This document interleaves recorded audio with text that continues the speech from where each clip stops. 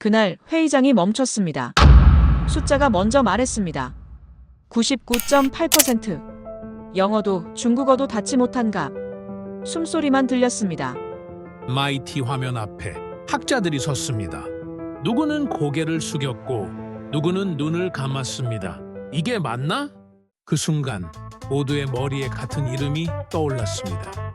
대한민국. 15세기 한 왕이 붓을 들었습니다. 입모양을 보고 소리를 나눴습니다. 그 글자가 오늘 기계를 이겼습니다. 세계가 조용히 물었습니다.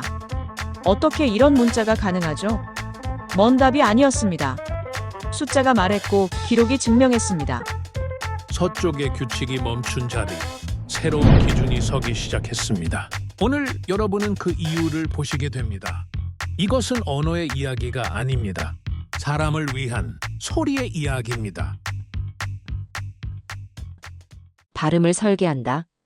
말도 안 됩니다. 언어는 진화하는 겁니다. 설계가 아니죠. 저는 그렇게 믿었습니다. 30년간 말이죠.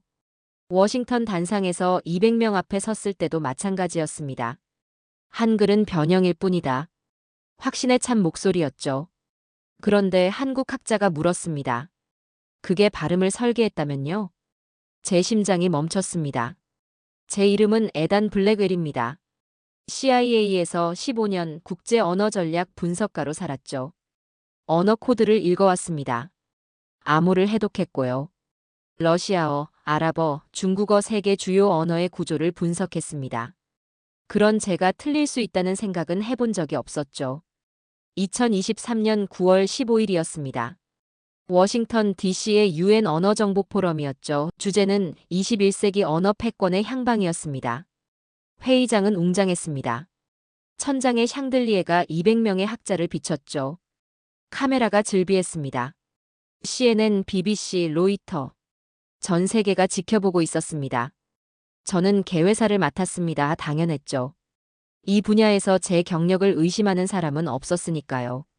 신사숙녀 여러분, 제 목소리가 마이크를 탔습니다. 언어는 권력입니다. 역사가 증명하죠. 로마는 라틴어로, 영국은 영어로 세계를 지배했습니다. 언어는 단순한 소통 도구가 아닙니다. 문명의 척도죠. 고개를 끄덕이는 학자들이 보였죠. 저는 계속했습니다. 하지만 일부 언어는 과대평가되었습니다. 객관적 분석이 필요하죠. 예를 들어 한글 같은 경우 말이죠. 그 순간이었습니다. 공기가 달라졌죠. 한글은 단지 지역 언어의 변형일 뿐입니다. 한자 문화권의 파생형이죠. 회의장이 얼어붙었습니다. 플래시가 터졌죠. 기자들이 몸을 앞으로 숙였습니다. 저는 한국 대표단을 봤습니다. 5명이 앉아 있었죠. 표정이 굳어 있었습니다. 중국 대표가 웃었습니다. 냉소적으로 말이죠. 블랙웰 박사 말이 정확합니다. 한글은 한자의 변형입니다. 역사적 사실이죠. 그가 한국 대표단을 힐끗 봤습니다. 도발이었죠. 회의장의 긴장이 감돌았습니다. 몇몇 기자들이 노트북을 두드리기 시작했죠. 헤드라인을 쓰고 있었습니다. 저는 그때 느꼈습니다.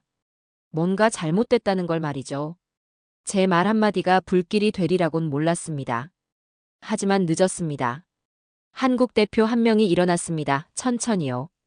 40대 중반쯤 돼 보이는 남자였죠. 회색 정장을 입고 있었습니다. 안경을 고쳐 쓰더니 마이크를 요청했습니다. 사회자가 허락했죠. 서울대 언어학과 교수 박지훈입니다. 그의 목소리는 침착했습니다. 너무 침착했죠. 회의장이 더 조용해졌습니다. 샹들리의 불빛이 그의 안경에 반사됐습니다. 블랙웰 박사님께 질문 하나 드리겠습니다. 제 심장이 빨라졌습니다. 30년 경력의 본능이었죠. 그 문자가 세계 최초로 발음을 설계했다면 여전히 단순합니까? 정적이었습니다. 완벽한 정적이죠. 카메라 셔터음만 들렸습니다. 저는 그 말을 이해할 수 없었습니다. 발음을 설계. 대체 무슨 의미입니까? 하지만 마이크가 그걸 잡아냈습니다. 회의장 전체에 울려 퍼졌죠. 박지훈 박사가 고개를 끄덕였습니다. 그의 눈빛이 저를 꿰뚫었죠. 침착했습니다. 흔들림이 없었죠. 내 설계입니다. 진화가 아니라 박사님께서 말씀하신 변형도 아니고요. 제 머릿속이 복잡해졌습니다. 30년 경력이 흔들렸죠. 설계? 언어를 설계한다. 그게 가능합니까? 언어는 수천 년에 걸쳐 자연스럽게 만들어지는 겁니다. 사람들이 쓰면서 진화하는 거죠. 그런데 설계라니? 마치 건축물처럼, 기계처럼. 저는 아무 말도 할 수 없었습니다. 그 순간 공기가 끊긴 듯 했습니다. 회의장의 모든 사람이 제 반응을 기다렸죠. 중국 대표의 미소가 사라졌습니다. 프랑스 대표가 몸을 앞으로 기울였죠. 카메라가 제 얼굴을 향했습니다. 저는 처음으로 제 확신이 흔들리는 걸 느꼈습니다. CIA에서 수백 건의 정보를 분석했습니다. 언어 코드를 해독했죠. 그런 제가 지금 당황하고 있었습니다. 박지훈 박사가 조용히 앉았습니다. 그의 질문은 제 이성의 벽에 균열을 냈죠. 그리고 저는 그날 처음으로 한글이라는 단어에 호기심을 느꼈습니다. 그건 내가 알던 문자 개념이 아니었습니다. 세미나가 끝났습니다. 저는 단상에서 내려왔죠. 머릿속이 복잡했습니다. 발음을 설계. 그 말이 계속 맴돌았죠. 30년 경력이 흔들리고 있었습니다. 복도로 나왔습니다. 기자들이 몰려들었죠. 블랙엘 박사님, 한글에 대한 견해는 여전합니까? 저는 대답하지 않았습니다. 할 수가 없었죠. 그때였습니다. 누군가 제 어깨를 두드렸습니다. 박지훈 박사였죠. 그가 침착하게 말했습니다. 당신이 그렇게 확신한다면 단 1시간만 내게 주세요. 저는 망설였습니다. 1시간. 뭘 보여줄 수 있다는 겁니까? 하지만 호기심이 이겼습니다. 아니, 호기심이라기보다는 두려움이었을지도 모릅니다. 제가 틀렸을 수도 있다는 두려움 말이죠. 우리는 건물 지하로 갔습니다. 한국연구진의 임시 연구실이었죠. 작은 공간이었습니다. 노트북 3대가 놓여 있었죠.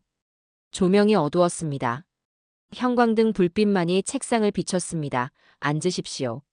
박지훈 박사가 의자를 가리켰습니다. 저는 앉았죠. 그가 노트북 화면을 켰습니다. 뭔가가 떴습니다. 한글이었죠. 아니, 한글의 구조였습니다. 훈민정음 해례본입니다. 그가 설명하기 시작했습니다. 1446년 세종대왕이 만든 문자죠. 하지만 이건 단순한 문자가 아닙니다. 시스템입니다. 도표가 나타났죠. 자음과 모음의 구조였습니다. 색깔로 구분돼 있었죠. 빨강, 파랑, 초록. 각각 발음 위치를 나타냈습니다.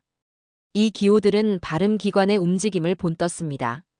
기역은 혓뿌리가 목구멍을 막는 모양입니다. 니은은 혀끝이 윗잇몸에 닿는 모양이죠. 저는 화면을 뚫어져라 봤습니다. 정말이었습니다. 각 기호가 입안의 움직임과 일치했죠. 이건 해부학입니까? 맞습니다. 15세기 한국에서 발음 기관을 분석했습니다. 그리고 그걸 문자로 만들었죠. 제 손끝이 떨렸습니다. 이건 언어가 아니었습니다. 수학적 모델링이었죠.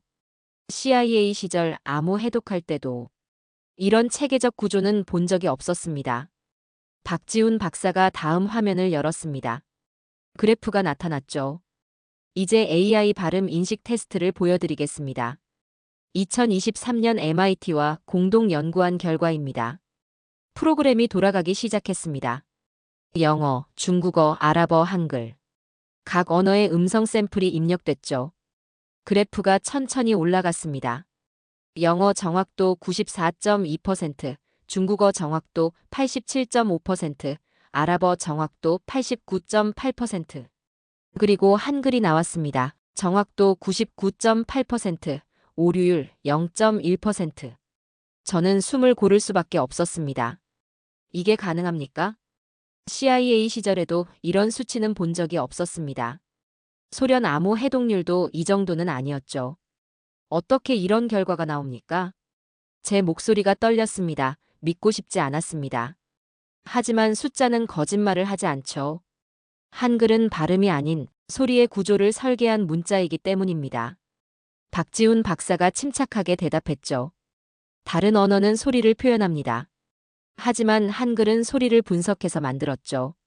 모든 소리가 조합 가능한 최소 단위로 설계됐습니다. 화면 속 기호들이 살아 움직이는 듯 했습니다.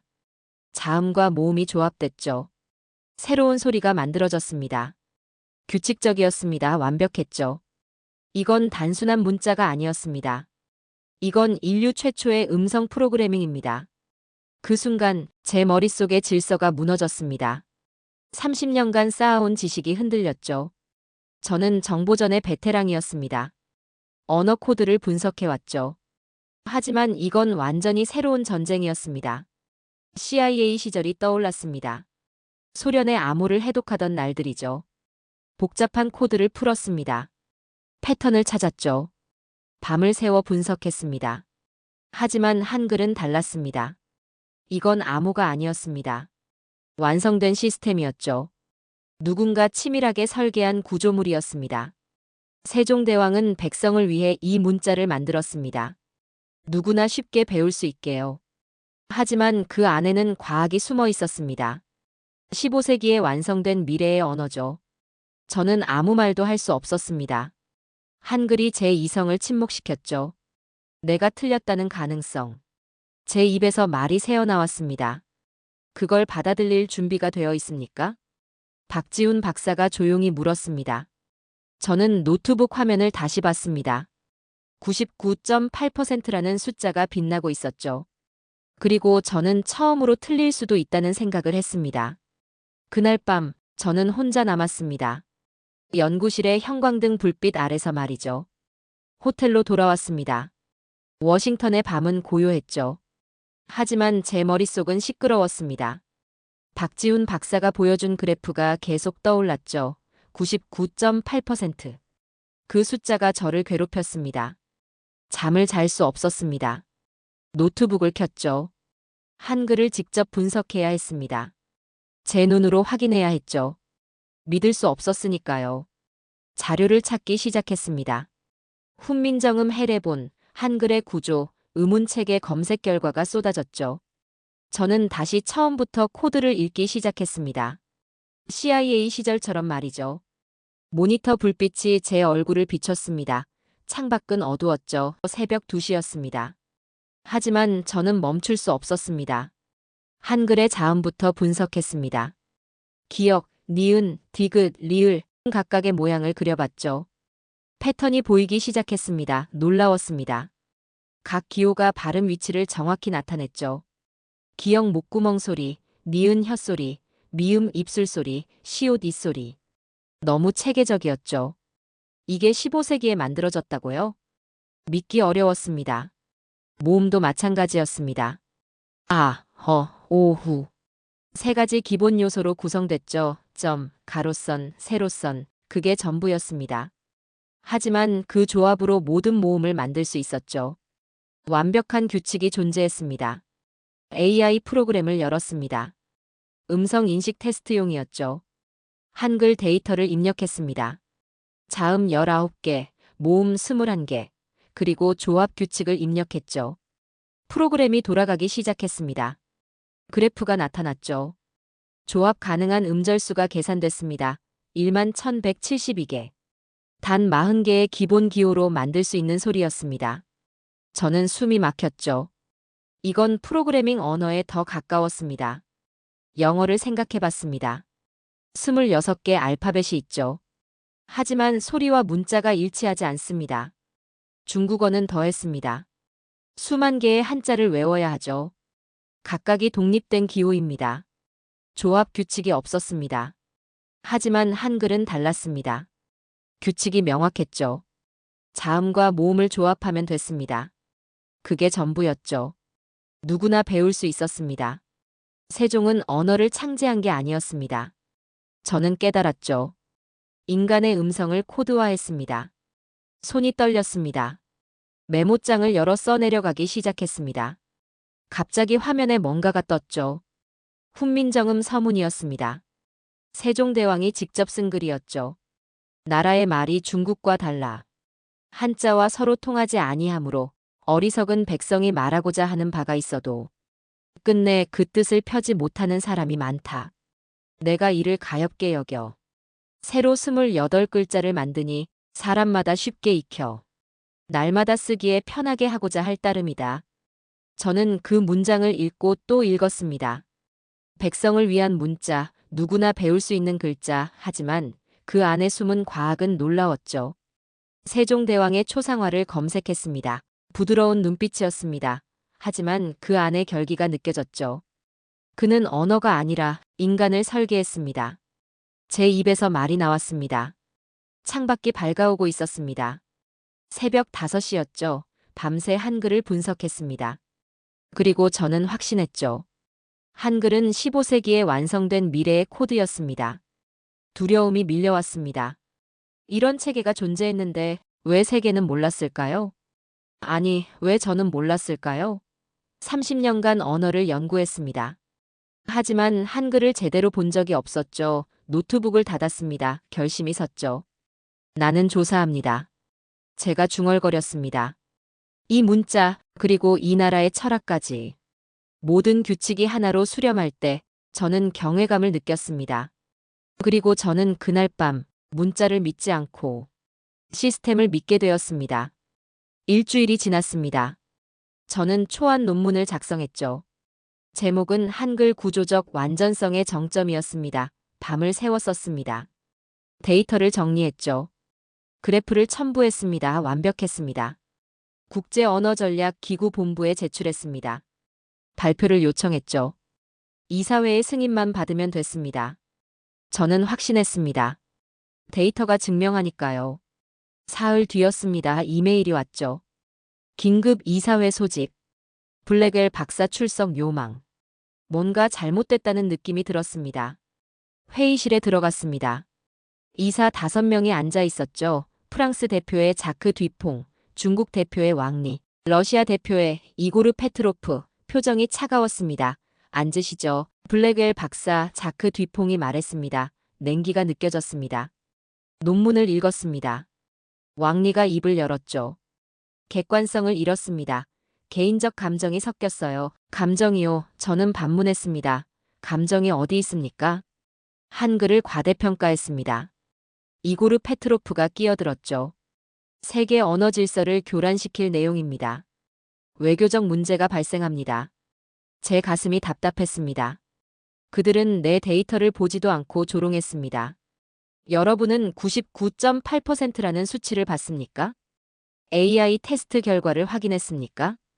그 테스트 자체가 의심스럽습니다. 자크 뒤퐁이 냉소했죠. 한국 연구진과 공모했을 가능성이 있어요. 공모라고요? 제 목소리가 커졌습니다.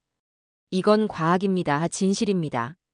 진실은 때로 위험합니다. 블랙웰 박사 왕리가 차갑게 말했죠. 논문 발표는 보류합니다. 이건 명령입니다. 회의실을 나왔습니다. 분노가 치밀었죠.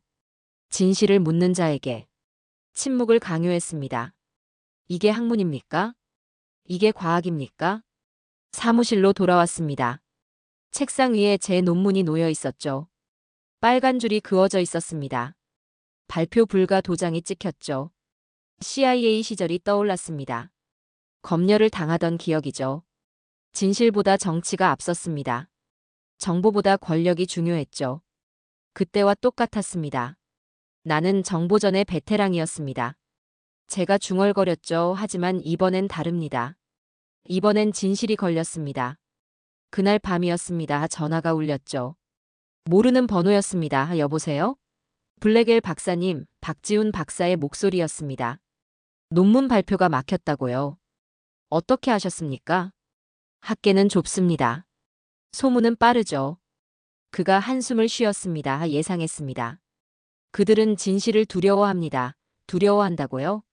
언어는 권력이니까요. 그 권력이 흔들리는 겁니다. 저는 창밖을 봤습니다. 워싱턴의 불빛이 싸늘하게 빛났죠. 박사님, 내일 한국에서 출발합니다. 박지훈 박사가 말했습니다. 직접 만나겠습니다. 기다려주세요. 이틀 뒤였습니다. 공항에서 박지훈 박사를 만났죠. 그는 여행 가방 하나만 들고 왔습니다. 카페로 갔습니다. 조용한 곳이었죠. 그가 커피를 한 모금 마셨습니다. 포기하지 마십시오. 박지훈 박사가 제 눈을 똑바로 봤죠. 진실이 위험하다면 그것이 바로 세상을 바꾸는 신호입니다. 하지만 이사회가 막았습니다.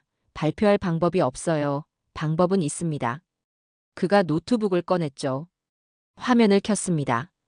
다음 달 국제 포럼이 있습니다. 전 세계 생중계됩니다. 거기서 발표하십시오. 초대받지 못했습니다. 제가 추천하겠습니다. 한국 대표단 자격으로요. 저는 망설였습니다. 이사회를 거스르라는 겁니까? 제 경력이 끝날 수도 있었죠. 두렵습니까? 박지훈 박사가 물었습니다. 두렵습니다. 솔직하게 대답했죠. 하지만 더 두려운 게 있습니다. 진실을 포기하는 겁니다. 그날 밤 워싱턴의 불빛은 싸늘하게 식어갔습니다. 저는 결심했죠. 그들은 언어를 권력으로 지켰고 나는 언어로 권력을 흔들고자 했습니다. 좋습니다. 제가 말했습니다. 나는 위험을 선택하겠습니다. 발표를 강행합니다. 박지훈 박사가 고개를 끄덕였습니다. 그의 눈빛에 결의가 보였죠. 진실이란 늘 검열된 문장 속에 숨어 있었습니다. 이제 저는 그 진실을 세상 밖으로 꺼내기로 했습니다. 나는 이 싸움이 학문이 아닌 전쟁임을 깨달았습니다. 하지만 증거가 더 필요했죠. 이사회를 설득할 데이터가 있어야 했습니다. 아니, 세상을 설득할 데이터 말이죠. 밤이었습니다. 연구소는 텅 비어 있었죠. 저는 서버실로 들어갔습니다. 보안 카드를 긁었죠. 삐 소리가 났습니다. 문이 열렸습니다. 제한된 서버였습니다. 공식 승인 없이는 사용할 수 없었죠. 하지만 저는 관리자 권한이 있었습니다. 30년 경력의 특권이었죠. 컴퓨터를 켰습니다. 붉은 경고등이 켜졌죠. 무단 사용 시 징계 대상 화면에 경고문이 떴습니다. 저는 무시했죠. 마우스를 클릭했습니다. AI 언어 비교 프로그램을 열었습니다. 실험을 설계했죠. 영어, 중국어, 아랍어, 한글. 4개 언어를 동시에 테스트하는 겁니다. 음성 샘플을 입력했습니다. 각 언어당 1만 개씩이었죠. 발음, 억양, 속도 모든 변수를 포함했습니다. 시작합니다. 제가 중얼거렸습니다. 엔터키를 눌렀죠. 프로그램이 돌아가기 시작했습니다. 서버실에 윙윙 소리가 울렸죠. 모니터에 그래프가 나타났습니다. 천천히 올라갔죠. 영어 분석 중 72%, 중국어 분석 중 68%, 아랍어 분석 중 71%, 한글 분석 중 89%. 숨을 죽였습니다. 그래프가 계속 올라갔죠. 영어 94.1%, 중국어 87.3%, 아랍어 89.6%. 그리고 한글이 나타났습니다. 한글 99.8%, 오류율 0.0%, 오류 0입니다. 제 목소리가 떨렸습니다. 그래프가 솟구쳤죠. 다른 언어들을 압도했습니다. 이건 실수가 아니었습니다. 한글이 정말로 완벽했습니다. 숫자는 거짓말을 하지 않습니다. 단지 인간이 외면할 뿐이죠. 다음 날 아침이었습니다. 연구실에 동료들을 모았죠. 3명이었습니다. 마이클, 사라, 데이비드, 모두 언어학 박사들이었죠. 어젯밤 실험했습니다. 저는 모니터를 켰습니다. 그래프를 보여줬죠. 이게 진짜입니까? 마이클이 물었습니다. 확인했습니다. 3번 반복했죠. 결과는 같았습니다. 사라가 의자에서 일어났습니다. 화면에 다가갔죠. 한글이 99.8%라고요? 이건 기적입니다. 데이비드가 중얼거렸죠. 아닙니다. 과학입니다. 제가 말했습니다. 한글은 설계됐습니다. 완벽하게 말이죠. 그 순간 과학이 신념이 되었습니다. 박지훈 박사와 화상회의를 잡았습니다. 저는 노트북을 켰죠. 줌 화면이 떴습니다. 박지훈 박사가 나타났죠. 서울의 연구실이었습니다. 블랙엘 박사님, 결과를 봤습니다. 박지훈 박사의 눈빛이 빛났습니다. 놀랍지 않습니까? 놀랍습니다. 하지만 동시에 당연합니다. 그가 화면을 공유했죠. 또 다른 데이터가 나타났습니다. 서울대에서도 같은 실험을 했습니다.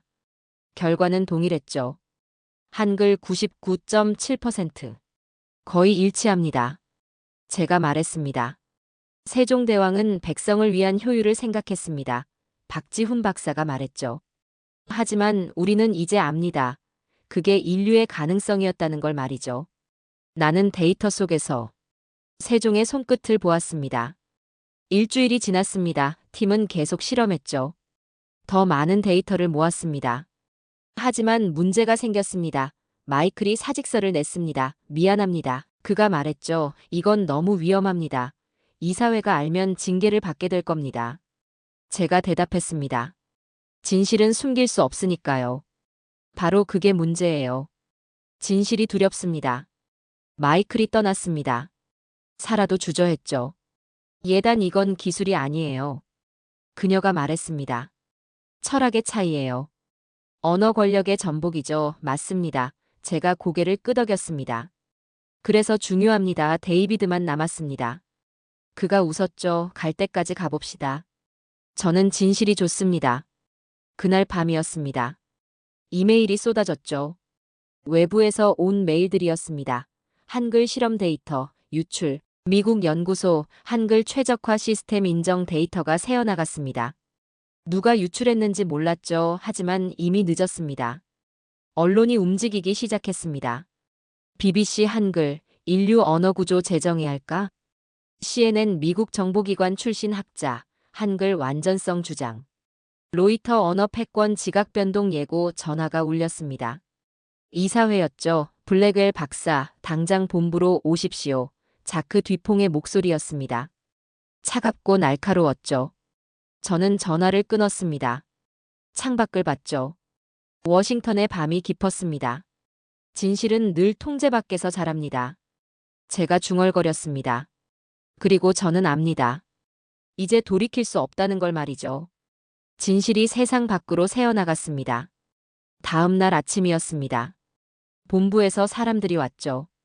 검은 정장을 입은 4명이었습니다. 표정이 딱딱했습니다. 블랙웰 박사님. 그중 한 명이 말했죠. 조사가 시작됩니다. 협조해 주시죠. 무슨 조사입니까? 데이터 유출 건입니다. 그들은 제 사무실을 뒤지기 시작했습니다. 서류를 가져갔죠.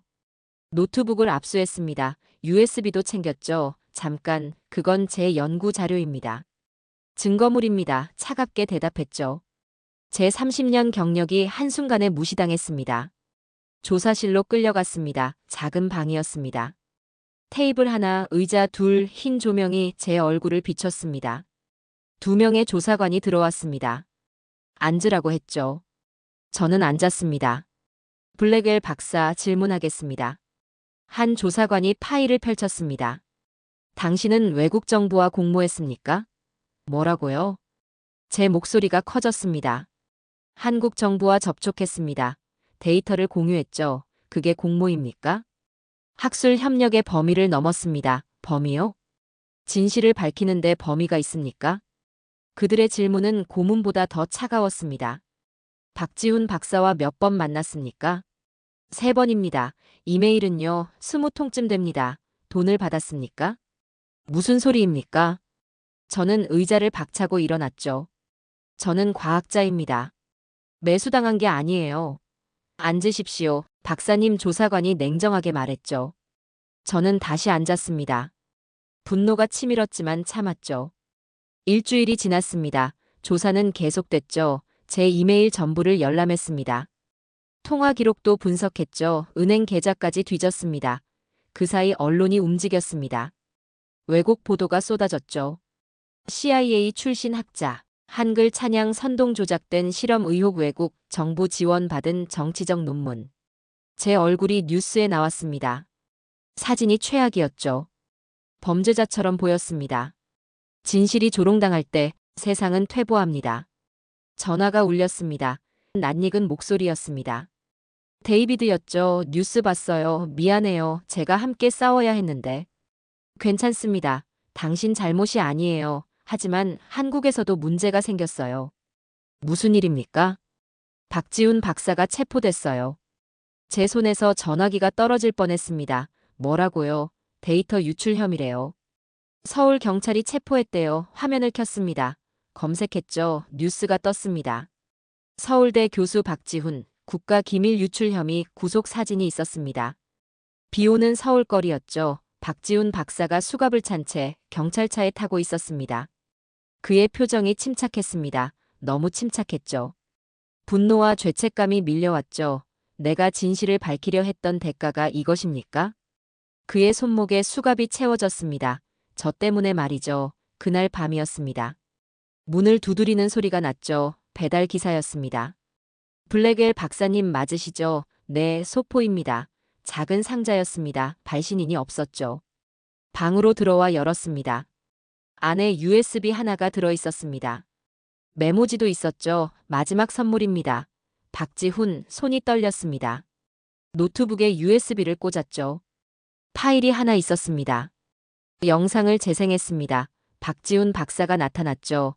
어두운 방이었습니다. 그가 카메라를 보며 말했습니다. 에단 박사님, 이 영상을 보고 계시다면 저는 아마 체포됐을 겁니다. 그의 목소리는 차분했습니다.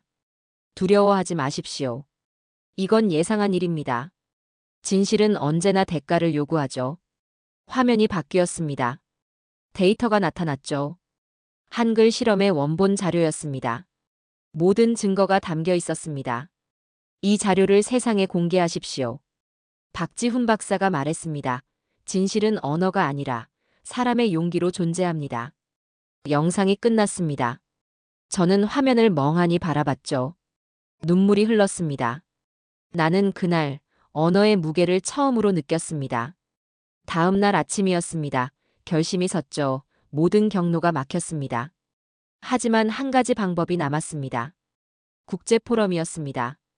다음 주에 열리죠. 전 세계 생중계됩니다. 거기서 발표하는 겁니다. 이사회의 허락 없이 말이죠. 이메일을 썼습니다. 포럼 주최 측에 보냈죠. 긴급 발표 신청, 에단 블랙엘, 답장이 왔습니다. 거절이었죠. 하지만 저는 포기하지 않았습니다. 다시 썼습니다. 다시 거절당했죠. 그때 전화가 왔습니다. 한국 대표단이었습니다. 블랙웰 박사님, 저희가 추천하겠습니다. 포럼 발표를 말이죠. 그분의 뜻을 이어야죠. 진실을 위해서요. 승인됐습니다. 발표가 확정됐죠.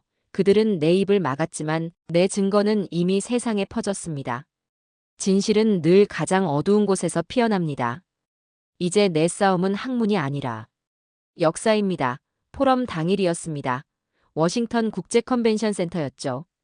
전 세계 200개국이 모였습니다. 저는 백스테이지에 서 있었습니다.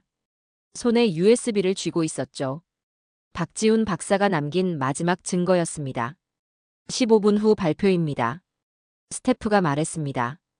심장이 뛰었습니다. 진실이 걸렸습니다. 무대 뒤에서 객석이 보였습니다. 빽빽했죠. 카메라가 즐비했습니다. CNN, BBC, 알자지라. 생중계였습니다. 이사회도 보였습니다. 자크 뒤퐁, 왕리, 이고르 페트로프가 저를 노려보고 있었죠. 에단 블랙웰 박사님, 준비하십시오. 마이크를 받았습니다. 심호흡했죠. 단상으로 걸어갔습니다. 조명이 켜졌습니다. 모든 조명이 내 얼굴을 향했습니다. 마이크 앞에 섰죠. 신사숙녀 여러분, 제 목소리가 울렸습니다. 오늘 나는 한 문자가 인류의 질서를 바꾼 이야기를 하려 합니다. 객석이 술렁였습니다. 한 달 전 저는 이 자리에서 한글을 평가절하했습니다. 하지만 저는 틀렸습니다. 웅성거림이 커졌습니다. 오늘 데이터로 말하겠습니다. 빔 프로젝터가 켜졌습니다. 스크린에 그래프가 나타났죠. 영어 94.1%, 중국어 87.3%, 아랍어 89.6%, 객석이 조용해졌습니다. 모든 눈이 스크린에 고정됐죠. 한글 99.8%. 그래프가 천천히 완벽에 닿았습니다. 정적이었습니다. 카메라 셔터음만 들렸죠. 이건 MIT와 공동 연구한 결과입니다. 1만 개 샘플, 3번 반복, 동일한 결과였습니다. 스크린이 바뀌었습니다. 한글의 구조가 나타났죠. 한글은 발음 기관을 분석해 만들어졌습니다. 모든 게 기호로 설계됐죠. 청중들이 몸을 앞으로 기울였습니다. 이제 실시간 시연을 보여드리겠습니다. 노트북을 열었습니다. AI 번역 프로그램이었죠. 이 문장을 입력하겠습니다. 화면에 한글이 떴습니다. 진실은 언어가 아니라 용기로 존재한다. 엔터를 눌렀습니다. 0.01초 만에 번역이 완료됐죠. 영어, 중국어, 아랍어, 프랑스어 20개 언어로 동시 번역됐습니다. 이건 언어가 아닙니다. 시스템입니다. 청중 일부가 기립했습니다. 박수가 터졌죠. 한국 대표단이 일어섰습니다. 눈물을 흘리고 있었습니다. 마지막으로 보여드릴 게 있습니다. USB를 꺼냈습니다. 들어올렸죠. 이건 박지훈 박사의 마지막 메시지입니다. 그는 진실을 밝히려다 구속됐습니다. 노트북에 USB를 꽂았습니다. 영상이 재생됐죠. 스크린에. 박지훈 박사가 나타났습니다. 객석이 완전히 조용해졌습니다. 진실은 언어가 아니라 그것을 믿는 사람의 용기입니다. 박지훈의 목소리가 홀을 가득 채웠습니다. 10초 정적이 흐른 후 박수가 터져 나왔습니다. 기립박수였죠. 객석 전체가 일어섰습니다. 한국 대표단이 울고 있었습니다. 프랑스 대표도 박수를 쳤죠. 독일, 일본, 브라질 하나둘씩 일어섰습니다. 이사회도 결국 일어섰습니다. 카메라가 그들을 비추고 있었으니까요. 기자들이 달려들었습니다. 플래시가 터졌죠. 블랙웰 박사님, 한마디 해주십시오. 마이크 앞에 섰습니다. 한글은 인류 언어 과학의 정점입니다. 세종대왕은 15세기의 미래를 설계했습니다. 오늘 세계는 그 진실을 인정했습니다. 무대를 내려왔습니다. 다리가 후들거렸죠. 백스테이지에 앉았습니다. 전화가 울렸습니다. 서울에서 온 전화였죠. 에단 박사님, 저는 박지훈 박사의 변호사입니다. 방금 뉴스를 봤어요. 석방 절차가 시작됐습니다. 박지훈 박사가요? 내 여론이 폭발했거든요. 눈물이 났습니다. 참을 수 없었죠. 전화를 끊었습니다. 스크린을 봤죠. 외신 속보가 떴습니다. 한글의 완전성 앞에 무릎 꿇다. 그날 세상은 한글 앞에 고개를 숙였습니다. 그 순간 언어는 국경을 초월했습니다. 나는 단상 위에서 세종의 숨결을 느꼈습니다. 진실은 때로 침묵으로 외칩니다. 포럼이 끝난 다음 날이었습니다. 세상이 바뀌어 있었죠. 호텔방에서 뉴스를 켰습니다. 모든 채널이 같은 이야기를 하고 있었습니다. CNN 앵커가 말했습니다. 언어의 패권이 바뀌었습니다. 한글이 인류 언어 과학의 정점으로 인정받았습니다. BBC는 더 직접적이었죠. 세종대왕이 설계한 완벽한 구조. 프랑스 르몽드, 독일 슈피겔, 일본 아사히 전 세계 언론이 한글을 다뤘습니다. 제 전화가 울렸습니다. 쉴 새 없이 울렸죠. 인터뷰 요청이었습니다. 블랙웰 박사님, MBC입니다. 인터뷰 가능하십니까? 블랙웰 박사님, 가디언입니다. 한글에 대한 견해를 듣고 싶습니다. 저는 모두 받았습니다. 진실을 전할 의무가 있었으니까요. 일주일 뒤였습니다.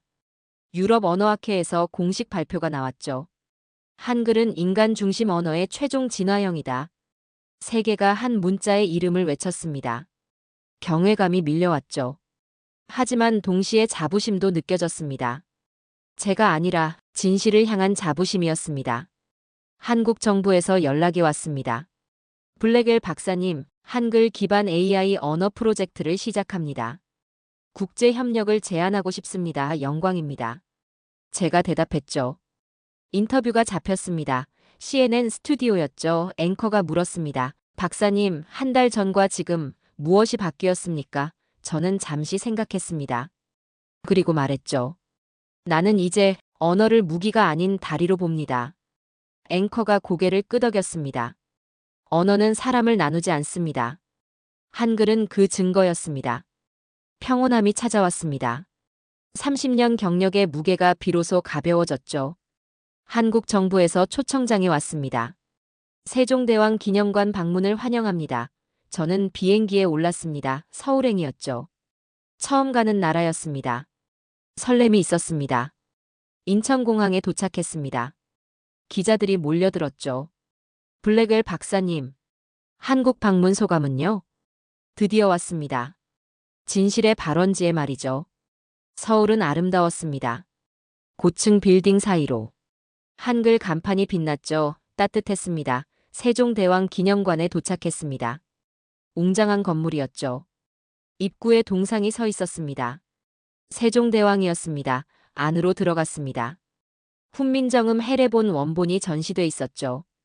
유리 너머로 봤습니다. 600년 전 문서였습니다. 손이 떨렸습니다. 밖으로 나왔습니다. 추모 공간이 있었죠.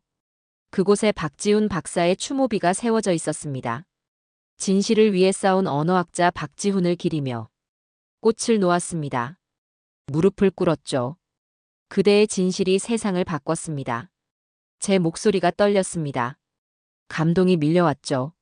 눈물이 났습니다. 바람이 불었습니다. 태극기가 펄럭였죠. 아름다웠습니다.